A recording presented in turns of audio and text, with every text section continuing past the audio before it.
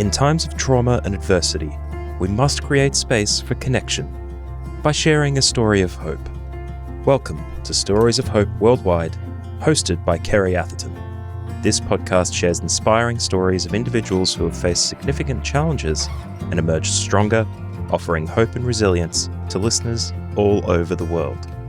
Join Kerrie, the founder of Stories of Hope, every week to hear these remarkable journeys and find strength to overcome your adversity.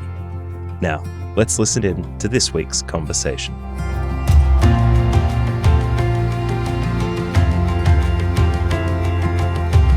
Welcome to another episode of Stories of Hope Worldwide. I'm Kerrie Atherton, and today's guest is AJ Williams. AJ went from life in public housing, growing up with two alcoholic parents in the midst of domestic violence, to today building an 8-figure business in the wellness industry. But this story isn't just about financial success. It's about holding on to a dream of hope for a better life and also rising up in resilience in the face of adversity. Welcome, AJ. Thank you. I'm excited to be here. Great to have you on. I don't usually start the interviews with these questions, but I held my Stories of Hope event on the Sunshine Coast last night, and there was a lot of lonely people in the room. And I was thinking this morning about the tiniest things that it takes to make someone feel connected. It could be just liking the same food or the same colour, so I'm going to hit you with 3 simple questions to start with, light-hearted questions before we get into this amazing story. What's your favourite colour? Green. Oh, no way. I'm wearing a green top today too. I was like, wouldn't it be crazy if he said green? Really? I just felt I've got to wear green today. Well, there you go. Yeah, that's crazy. Oh, that's awesome. What's your favourite food? My favourite food, I'd have to say it would be pizzas. Yeah, I love pizza. Okay. Yeah. That's a big-time favourite in Australia and Italy. Definitely. And who's your greatest role model? Oh, that's a really good question. I'd probably say my best mate. Like, I look up to him quite a lot. He's got his own story of hope in a way. He's just inspiring the way that he goes about everything. Oh, that's great. Before we get into your backstory, can you tell us a bit about the wonderful business that you've built up? So we started Revel Saunas in September of 2023, so not that long ago. We sell saunas and ice baths Australia-wide, and we're just about to scale that globally into the US and into Europe, which is super exciting. It's a great product. We get a lot of great feedback. We sort of positioned ourselves in that premium side of the market. And obviously the wellness market is a growing industry at the moment, with people more wanting to improve their wellness over their physical fitness at home. So there's a lot of people getting saunas and ice baths in their home environment so that they can improve themselves. And there's a real shift in everyone's movement to live longer, happier lives. And saunas and ice baths can really facilitate that longevity piece. Yeah, there's so many shows out at the moment, isn't there, about living longer but what I also love is something that I always talk about with my guests and at our events is self-care strategies for positive mental health. And so important when you've had a backstory like we have, growing up in the midst of alcoholism and trauma. And so I love it that you're doing something that's helping people in every facet of the wellness industry. Yeah, it's super fulfilling knowing that you're not capitalizing on somebody just because it's a product. You're actually helping somebody facilitate their journey through whatever they're going through, and obviously helps them live a longer, happier life. So life wasn't always like this for you, AJ, was it? No, not at all.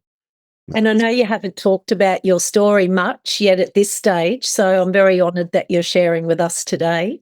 But can you take us back to the beginning and what your childhood was like? Yeah. So essentially my biological father left my mum when I was about 9 months old. We lived in a housing commission house at that stage in West Tweed, just south of the Gold Coast there, on the border of New South Wales and Queensland, actually. and my stepfather moved in quite quickly. Both my father, my biological father, and my stepfather are both severe alcoholics. My biological father, though, is more of just a drunk that will just drink and do his own thing rather than try and spend time with us kids.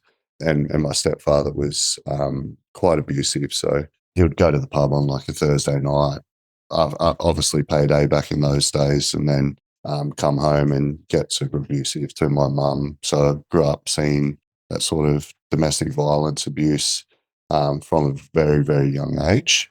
There's a lot of trauma and stuff that comes with that, I suppose. And Just fearful of what's next, I suppose, like what's going to come home. In saying that, he did get me into sport early, which I'm super grateful about at a young age, which sort of set me up to succeed now. That cycle kept going until I was about 14 years old. And one night, it was a Thursday night again, he went to the pub, come home. He'd always get in my mum's face, and I'd stand in, and then like normally just my mum would go and stay at a motel or whatever. And this night I just said, "Oh, I've had enough of this," and stood up for mum. We got in a physical altercation, and then my mum asked me to leave the house after that. So I was 14 years old. I took my sister, who's 11 months younger than me. She went and stayed at her boyfriend's house at the time, and I went and stayed at a friend's place. That friend ended up being pretty toxic for me. And then, yeah, from that, we sort of got our own place. And I left school when I was 19, in year 9, sorry. And we got our own place, and I just started that cycle of working, trying to find my feet and support myself along the journey as well as my sister. And in what way was that friend toxic? Because it's a very young age, isn't it? Very impressionable, and often it really sets the stance for how we go or what path we take in life. Yeah, I suppose he was very narcissistic and controlling. Just wanted to cause trouble and cause fear in people's lives. And obviously, I was probably attracted to that based off my upbringing. For some reason, I felt comfort in that. But as soon as I realised that it was sort of toxic for me, I cut that relationship off. Yeah. Yeah. So what sport were you into? I started boxing when I was 4 years old. Oh, My stepdad lied to the PCYC and said that I was 6, and then played rugby league up until I was about 13. And from there, I moved into AFL, and that's where I really found my feet in the sporting world. Can you tell us about the power of sport? I think it's got a few different powers, right? Like, so when family life at home isn't great, yeah, actually I have like a really big support network in the footy community. It's like having a massive family that's all there for one purpose, and that purpose is of playing a team sport and creating memories. And on the other hand, it's really good for mental health and your well-being, because it gives you somewhere where you can create an identity and have something to attach to that makes you feel worthy and makes you feel like you're adding value to other people's lives. And it also is an outlet for, like, when you're playing footy. When I play footy, I still play footy now. It's like nothing else in the world is happening. Like, there could be bombs exploding around the field and I wouldn't even know, because I'm just in the zone and in my element, just doing what I love doing for sure. Yeah, connection's so important, isn't it? 100%. Yeah. The people that you connect with, they're friends for life as well. Like, you just make so many good connections, and there's a lot of people in similar situations, and you wouldn't even realize, because when they're there, they've created their own identity and have attached themselves to that. Yeah, that they just feel comfortable and confident in that environment. Yeah, having that common denominator, that's what we were talking about at the event last night. Yeah. Yeah, 100%. Like, the power that knowing somebody else is going through the same situation as you, or has been through that situation, the power that brings to somebody creates, yeah, it's just super powerful. Like, you don't realize that other people are actually on similar journeys, might not be identical, but similar journeys that have so much relatability, that that it makes you feel like, okay, if this person's going through it, I'm not just one in a million that the world hates me. So yeah. Yeah, yeah. It really brings you hope, doesn't it, when you're with other people that have gone through hard times and seeing what they've come out of? Yeah, definitely. It's a massive changer, a game changer. And I suppose like I've only just started telling up until sort of 6 months ago, everyone thought that I grew up in a normal environment, had like the Australian battler type parents, and lived in just a normal household, when the reality was I definitely didn't grow up in an environment that was like that. I grew up in a pretty hectic environment, and I really hid it behind a facade of, yeah, of myself and what I told myself. And I was always embarrassed to tell the story. But as soon as I started telling the story, I started making these connections that were just so powerful. And I felt a sense of like achievement and reward, being able to help other people as well. When I'd tell them and they would go, "Oh my God, like I didn't realize that, or this is what I've been through." And you could actually you could be a sounding board for that person. It just opens up so many new relationships and new doors to actually impact people's lives. Oh, it does, doesn't it? Yeah. Because when we share our story, we give the other person permission to feel safe enough to be open then. Yeah, and that's the biggest thing people are looking for as well. Is like they just want to feel that they can be vulnerable. That's just like a massive, like it lifts a massive weight off their shoulders. That when you give them a safe space to tell their truth, and yeah, the impact that has is, yeah, I just love it. Really enjoy, yeah, bringing hope to other people's lives. Yeah, so do I. I love that. Yeah, As far as the world's perception of success goes, people are so quick to judge, aren't they? They look at you on the outside, they look at what you've achieved, how much money you've got, yeah. but they have not seen the beginning of the journey. 100%. And it's a long journey as well. Like, yeah, you get it all the time. It's like, oh, you must have been given money or given an opportunity. But, Wow, people actually say that to you, do they? well, you can definitely tell that Oh, yeah. people, and even me. So when I see people that have done really well, you think, oh, he must have grown up in money or whatever. Like, it's just that, it's that first reaction is, you sort of think that they've had it easy, but you really don't know what they've gone through to get to where they are. Like I've had a lot of lessons of failure that have led me to where I am now. And I could have given up many, many, many times, especially with things that weren't working and not feeling good enough and not feeling like I deserve it. I could have just said, oh, I'll just go and work a normal job and make do and live week to week. But there was something inside me that just said, like, I want to break the cycle. I don't want to live the Yeah. life that I grew up in.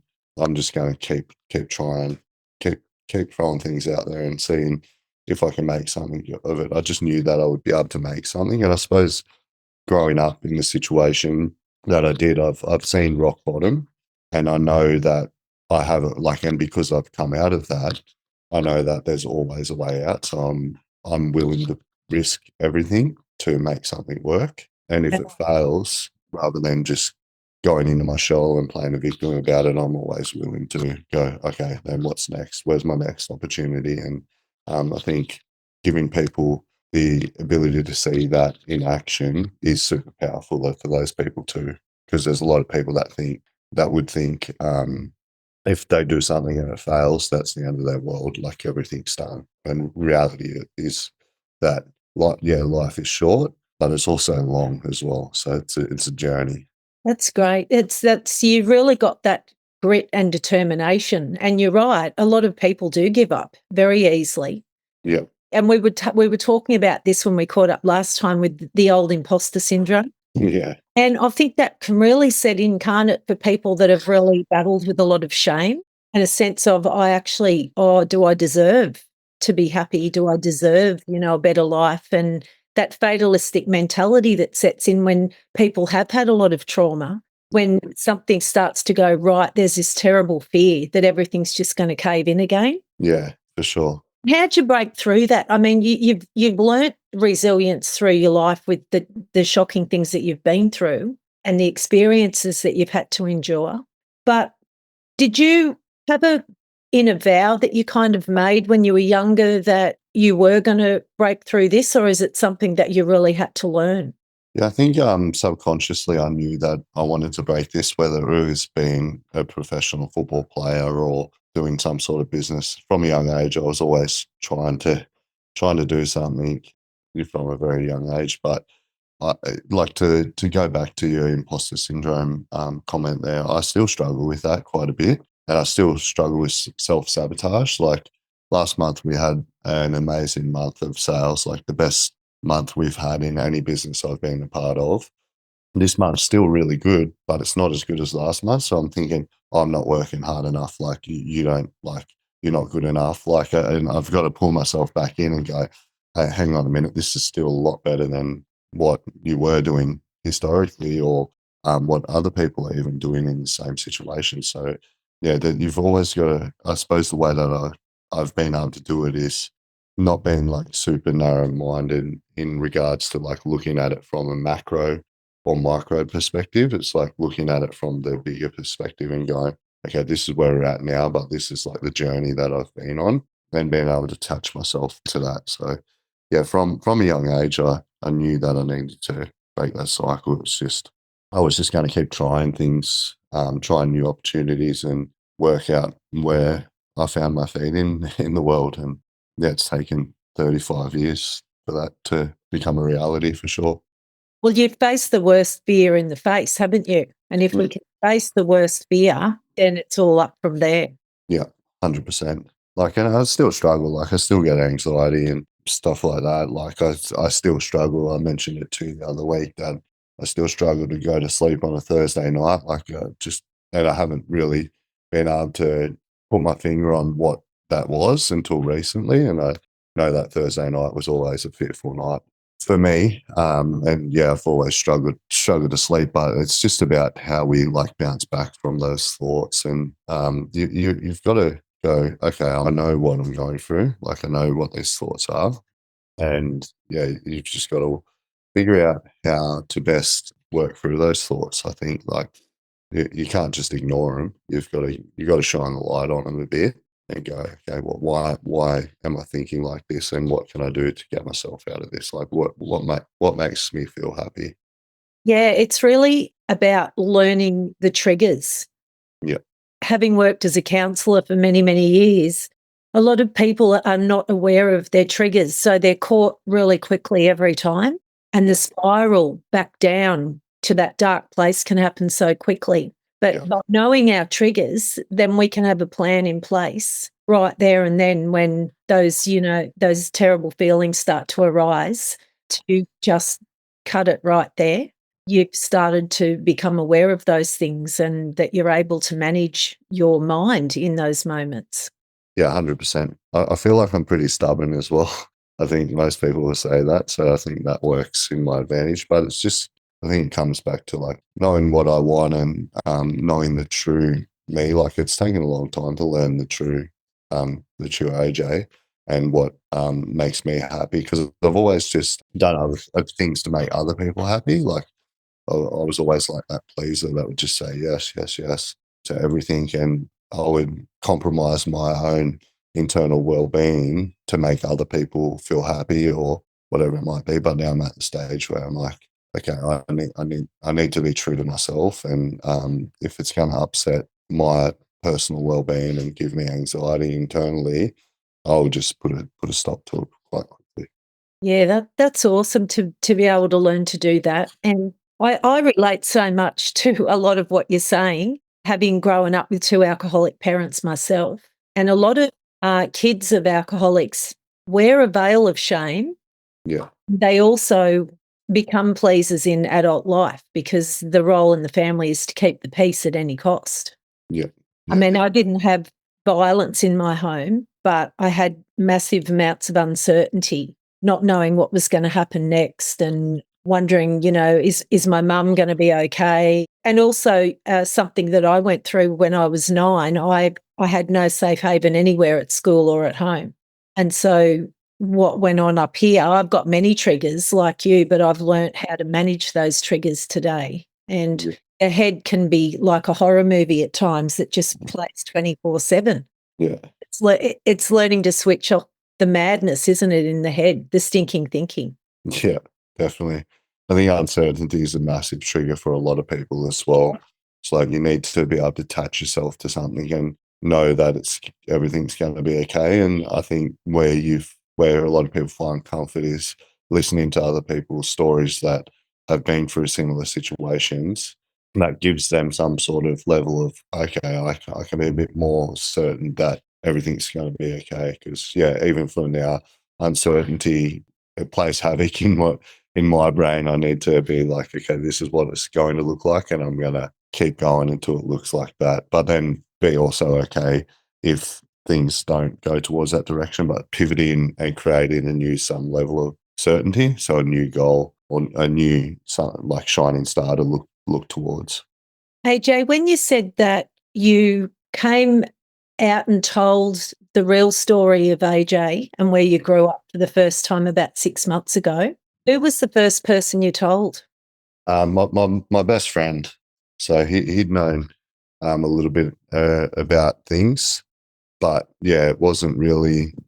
I don't know how the conversation started, but then I told him, and then I told my wife as well, which she didn't even know.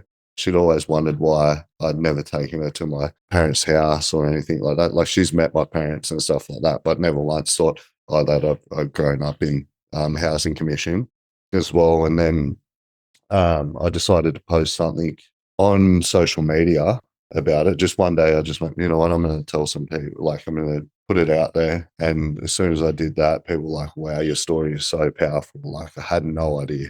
And then that got shared around a few times. And then the first real time that I've spoken deeply about it in public was on a podcast a few weeks, about a month ago, or a bit more, 6 weeks ago, I think. That opened up a lot of can of worms for myself mentally, just like laying it all out. But it also, at the time that I did it, was like, oh, I feel so good. Like I feel really good. And that opened up a door into meeting the guys down at MOB, which is Men of Business on the Gold Coast, which have 220 young males that have been expelled or suspended from school or just can't cope with the normal schooling. And I went and checked them out on Monday and spoke to the founder and stuff like that and seen what they were doing. And I was like, wow, I wish they had this when I was a kid, because they do like mindfulness and meditation. They have counselors there and they teach kids in a way that is individual so that kids can actually learn their normal schooling rather than going to school and just being told this is how you have to learn. And if you can't conform to this learning methodology, you're out. So yeah, it's a really cool opportunity for those kids. And that, yeah, even that was a super emotional day for me because I was it would have been. yeah. So I'm looking forward to going back down there and speaking in front of all of those kids and hopefully changing one of their lives or a couple of their lives, because that has that flow-on effect that guy, I'll tell him the story, who attached to it, and then he'll tell his story, somebody will attach to it, and then just snowballs down the grapevine and hopefully changes somebody's life. Oh, I love that. That's amazing. I love that you're doing that. And I actually worked in schools here on the Sunshine Coast for about 14 years with troubled kids because I wanted to help prevent other kids from having to go through what I went through. And I wanted to be able to be an example of hope to them. Yeah. That you can come out of sexual abuse, you can come out of family with alcoholism, you can come out of bullying, you can come out of domestic violence, and you can live a good life. You can come out of addictions, because I've been sober for over 40 years now. You can come out of all that and there is a great life ahead. I think people need to hear stories of hope because it's going to let them know that they're going to make it as well. And that was what I desperately searched for. Somebody that could tell me, you're going to get through this hard time and you're going to make it. Yeah. I want to be that person for everyone else now.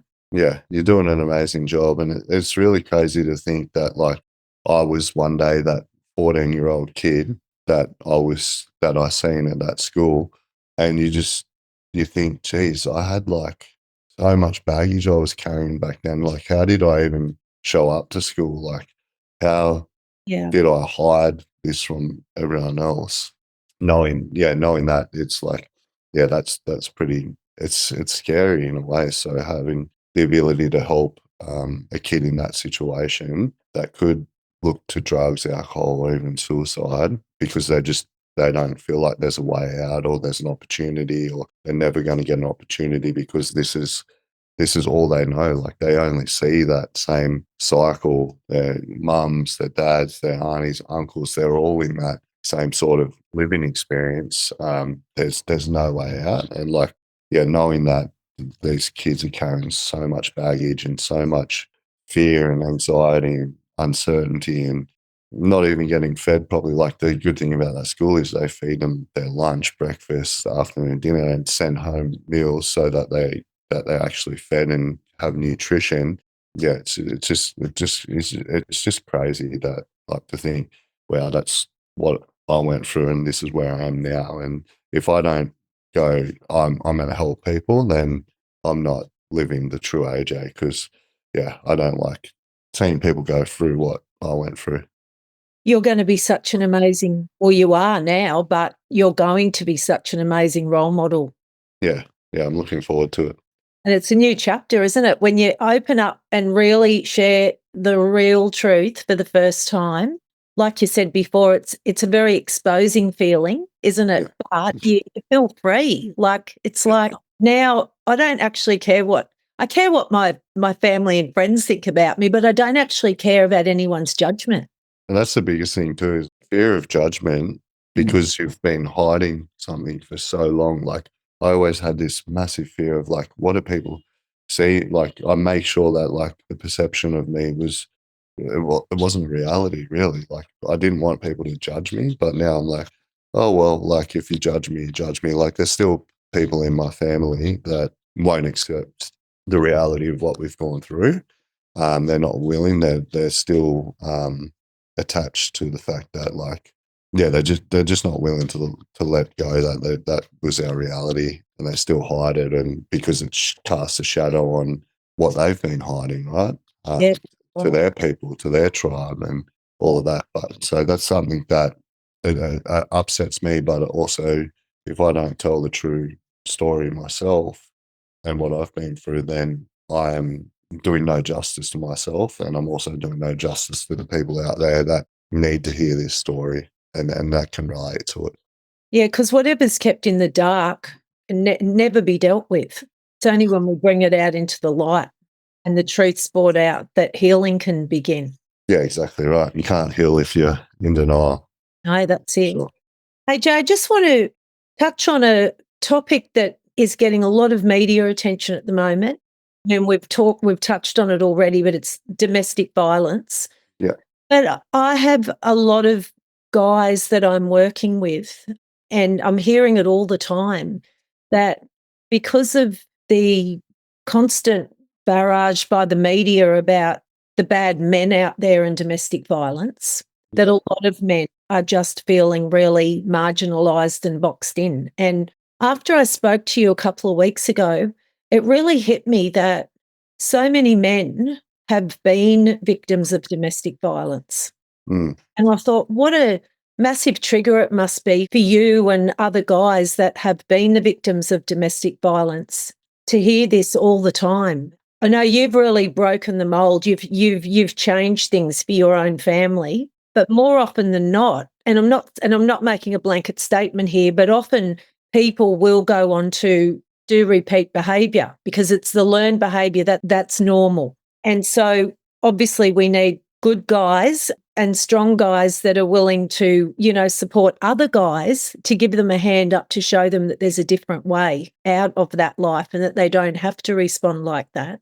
But what about all the guys who have been victims of domestic violence? Like, we never hear any support for them. Yeah, you're spot on. Like, it does cast a big light on the trauma and stuff that you've been through and bring up certain memories. Like, the more I talk about what I went through, the more memories start to appear, which is crazy. And there's some things where I'm like, holy, how did I even forget this?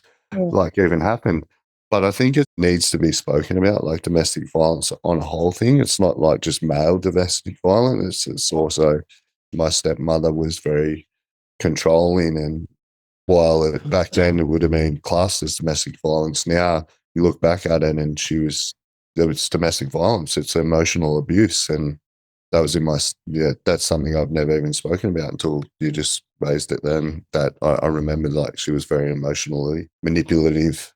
And so was my mum in a way, back towards the whole situation. But yeah, I think there needs to be a massive light shone on domestic violence, but it needs to be coming from an angle that it's not just men. Like, yeah, men seem to be a lot more violent, but there's a lot of men that have struggled with domestic violence from parents and then also partners and emotional abuse and stuff like that. But yeah, there's no way, like, it's crazy to think. I just don't know how people have the response to act on something like that. It's so easy to walk away from a situation rather than use violence or control or coercive control or manipulation or financial abuse to keep someone around. Yeah, it's just, yeah. Well, I mean, bullies have been bullied themselves, haven't they? I guess, in those situations. And I mean, I've counselled guys and women who have been abusers. Nobody's ever shown them a different way. Yeah. And I think that's what we need to, put more focus and attention on, is how can we support people early on in the journey to help them know a different way to react. Yeah. Yeah, I think that's where it starts. It's Men and women, not just targeting men. All men should not be targeted or marginalised for the actions of a few. yeah, for sure. I agree. So you need to look at it from a top-down approach in regards to like what these people have been through. Like, there's no room for any domestic violence, but also there needs to be something done about helping facilitate people's trauma.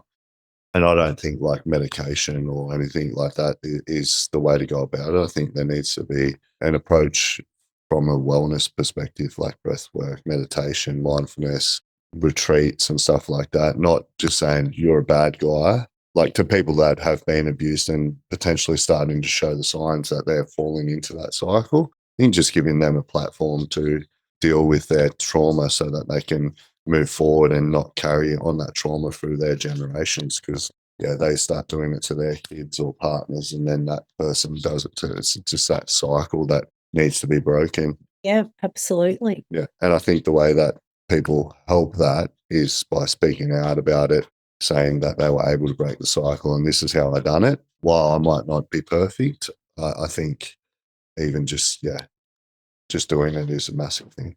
I've just joined the board for Mentoring Men Australia.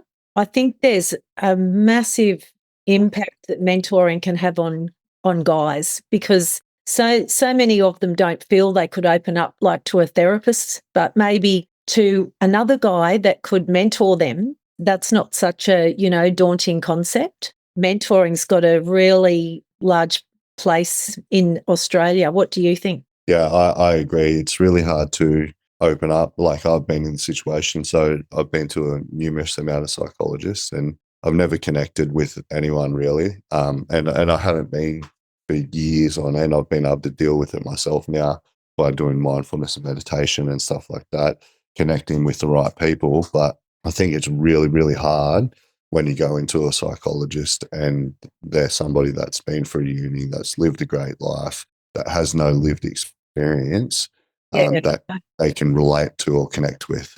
That's right. There's great psychologists out there and there's great counsellors out there, but I always say to anybody, get the right support for you, and preferably somebody that has an understanding or has been through what you've been through. Because they listen better. And when you know somebody's been through that, it's so easy to open up and tell you truth, because you still hold back. Like in psychologists and that, you hold back because you don't want to be judged. You're fearful of being judged. But with somebody that's lived the experience and been like, mate, I feel you, this is what's happened to me. You're like, okay, then this is what's happened to me. And it's just like, you can peel the layer of the onion back so fast when you have that connection. That's it. Just got a few questions now. What's been your hardest day? Hardest day. Recently, when I was involved in another business, I chose to exit that business. I was feeling like maybe it's a lot of self-doubt.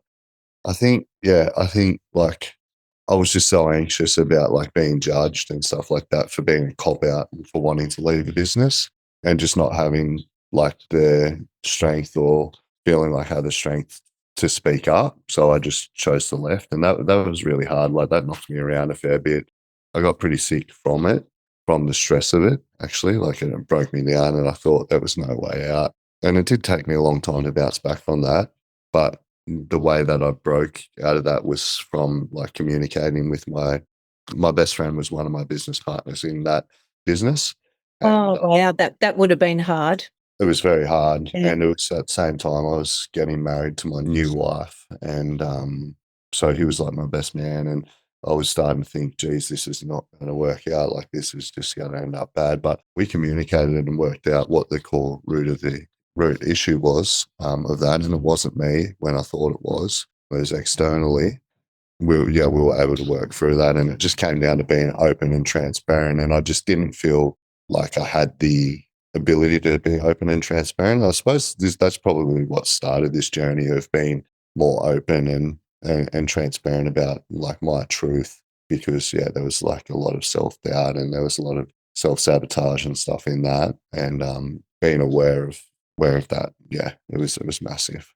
Thanks for sharing that. When we keep that stuff in our head, what we're left with is the lies, and we don't have any other perspective or any other truth. That's why I encourage people so much, to speak out, to find someone that you can talk to, because then you can get another perspective, and often that's going to be a much truer one than all those, self-defeating core beliefs that keep going round and round. AJ, what's been your happiest moment? Oh God, I'd say the birth of my 3 daughters. That's been pretty cool. That's really softened me a lot. Yeah, I have 3 daughters, 9, 7, and 7 months old, and just watching them grow up in an environment where they feel comfortable and confident and stuff like that. I'm still learning to be like a really good dad. I know I'm a lot better than what my parents were, but there's still times when I'm like, oh, I shouldn't have got frustrated about that, or like I feel a lot of like, oh, am I good enough with my daughters as well? But yeah, they definitely, just watching like them develop as humans and get confidence and feel happy and enjoy their life is probably, And feel safe. Yeah, they feel super safe, like, Yeah. which is cool. AJ, what's been your greatest light bulb moment? That's a good one. Sorry to throw that on. I throw that on, and they're like, wow, gosh, I wish I had some time to prepare for that. Yeah. Greatest light bulb moment is probably just knowing that I am good enough. I think like there's always been that self-doubt and self-hate and self-sabotage, but the biggest light bulb moment was just working out that I'm good enough and that I do deserve the things that I'm building. And probably the other biggest light bulb moment was just like how much I need to prioritize myself and not drinking or not using that as an outlet to mask all my fears and emotions and stuff. Like I've never been a massive drinker, but what I would do is I'd go out and go on like a day or 2 bender, and on a weekend, like once every couple of months, and just release all my traumas from drinking, having fun. But it's just a real toxic cycle. And since I've stopped that, that it's been like a massive game changer in regards to the way that I approach life and resilience and stuff like that. Oh, that's great. So last question. At last night's event, I had 2 people that have been through shocking trauma, done things that they really, really regretted. And I think the greatest message last night for everyone was that we might have a past, but we are not our past. Yeah. And when we can be open, that's the beginning too of shedding shame, when we can forgive ourselves for, different things and forgive others as well. But I just want to know, as we close now, what's your greatest message for out there for anybody who is feeling ashamed of their past, whether it's something that's happened to them, something they've been through, or something that they've done? Yeah, I suppose the biggest thing is make yourself aware of that, and then you've got to go, okay, I'm going to move on, move forward from that, and I'm never going to let that happen again. I'm going to do everything in my power to make sure that I'm putting myself in the right environments to make sure that that's never going to be a part of me again. I'm aware of that's what I've been through. Like, I'm aware of my journey, but I'm also going to do everything in my power to make sure that I'm not put back in that environment. And so that just comes down to simple as, like, if I'm feeling uncomfortable in a situation, I'm just going to walk away from that situation. I'm not going to let anybody influence me or manipulate me to thinking that I should be put into a situation I don't want to be. I think, it's just highlighting the fact that that's what we've lived, but that's not me now. I'm moving forward. I'm moving on with my life, and I'm here to make a change and a difference for myself, which is also going to impact other people. And I think there's a lot of power behind that. Well, thanks, AJ, for sharing today. And you are a true inspiration. I really appreciate it, and I appreciate the time, and hopefully there's somebody out there listening to this that really takes a few things from it and can really make positive change in their own lives, and then hopefully help other people and impact other people's lives. You're a real life story of hope. Thank you. Thank you for listening to Stories of Hope with Kerrie Atherton. If this conversation helped you, please consider sharing the podcast with a friend or leaving a rating and review on your podcast player. If you'd like to find out more about Kerrie Atherton, head to storiesofhope.com.au, where you can purchase her books or find her next event. Check the show notes for links and information about our guest in this episode. And remember, you don't have to walk your path alone.